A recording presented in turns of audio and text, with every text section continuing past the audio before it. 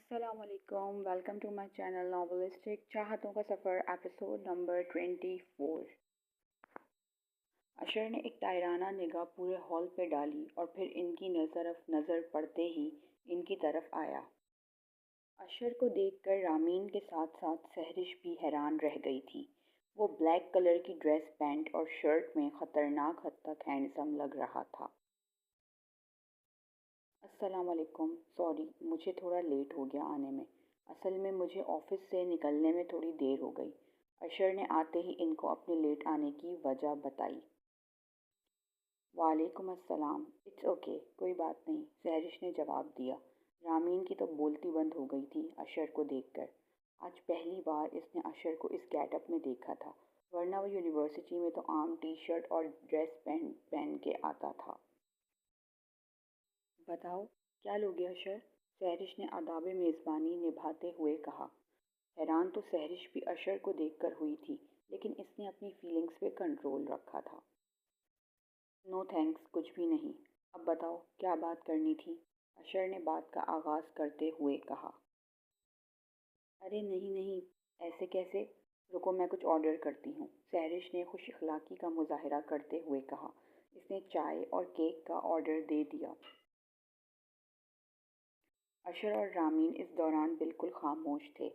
دیکھو رامین، مجھے تم سے کوئی شکایت نہیں ہے اور نہ ہی میں تم سے ناراض ہوں۔ اس ٹائم میں غصہ تھا کیونکہ وہ صورتحال ہی ایسی تھی کہ کسی بھی عزت دار بندے کو غصہ آ سکتا تھا۔ اشر نے رامین کی خاموشی کو محسوس کرتے ہوئے کہا۔ رامین سر جھکائے اس کی باتیں سن رہی تھی۔ لیکن تم مجھے ایک بات بتاؤ، تم اتنی سنسان راستے پہ گئیں کیوں؟ صرف مجھے کال کرنے کے لیے؟ میں مان ہی نہیں سکتا۔ صحیح بتاؤ، تم اس سنسان راستے پہ کیوں گئی تھی؟ اشر نے اس کا چہرہ دیکھتے ہوئے کہا۔ وہ چاہتا تھا کہ رامین اپنی خاموشی کو توڑے۔ وہ کچھ بھی نہیں بول رہی تھی۔ رامین کے پسینے چھوٹ رہے تھے۔ پہلی بار وہ اشر کے سامنے کنفیوز ہوئی تھی۔ رامین، کچھ پوچھ رہا ہوں، اشر نے رامین کو مخاطب کرتے ہوئے کہا۔ سہرش بھی خاموشی سے رامین کو دیکھ رہی تھی۔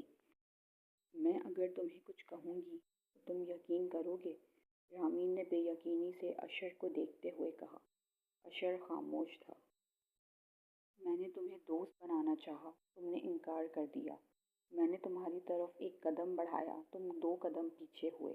میں نے تم سے محبت کا اظہار کیا، تم نے میری محبت ٹھکرا دی۔ میں نے تمہارے لیے خود کو بدلنے کی کوشش کی، تم نے جھوٹ سمجھا۔ اور اب آج تم نے خود سے یہ ایزیوم کر لیا کہ میں اس رات کسی اور وجہ سے اتنی دور گئی تھی۔ اشر، اتنی بے اعتباری بھی اچھی نہیں ہوتی۔ رامین بولے جا رہی تھی اور اس کی آنکھوں سے آنسو بہہ رہے تھے۔ اشر کے دل کو دھچکا سا لگا تھا۔ پہلی بار اس نے رامین کو اس طرح بات کرتے ہوئے دیکھا تھا۔ پہلے تو اس نے صرف فون پر ہی بات کی تھی۔ اس سے پہلے کہ اشر کچھ کہتا، ان کا آرڈر آ گیا تھا۔ سہرش، اشر اور رامین تینوں ہی خاموش تھے۔ رامین کی سسکیاں ابھی بھی جاری تھیں۔ رامین، پانی پیو، ریلیکس کرو، سہرش نے رامین کی طرف پانی کا گلاس بڑھاتے ہوئے کہا۔ مجھے نہیں پینا پانی، اس نے انکار کیا۔ تم نے مجھے بلایا کیوں تھا؟ اشر نے ہمت کر کے پوچھا۔ یہ پوچھنے کے لیے کہ میرا جرم کیا ہے، کیوں تم مجھ سے اتنا دور بھاگتے ہو؟ میں نے ہر طریقے سے خود کو بدلنے کی کوشش کی تمہارے لیے، پھر بھی میرا قصور اتنا ہے نا؟ میں نے تم سے محبت کی، تمہیں کیسے یقین دلاؤں اپنی محبت کا؟ میں ایسا کیا کروں کہ تم مان جاؤ؟ رامین روتی ہوئی آنکھوں سے اشر کی طرف دیکھتے ہوئے پوچھ رہی تھی۔ رامین کی ان باتوں پہ سہرش بھی حیران تھی۔ اسے یقین نہیں تھا کہ رامین یہ سب بول دے گی۔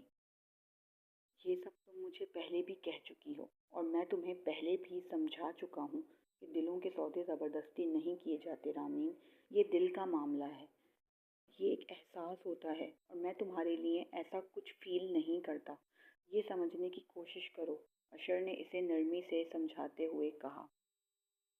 تمہیں کوئی اور پسند ہے؟ رامین نے اچانک سے اس سے پوچھا تھا۔ اگر میں تم میں انٹرسٹڈ نہیں ہوں تو اس کا مطلب ہے کہ مجھے کوئی اور پسند ہے، اشر نے الٹا اس سے سوال کیا تھا۔ اگلی قسط جلد۔ Thanks for watching.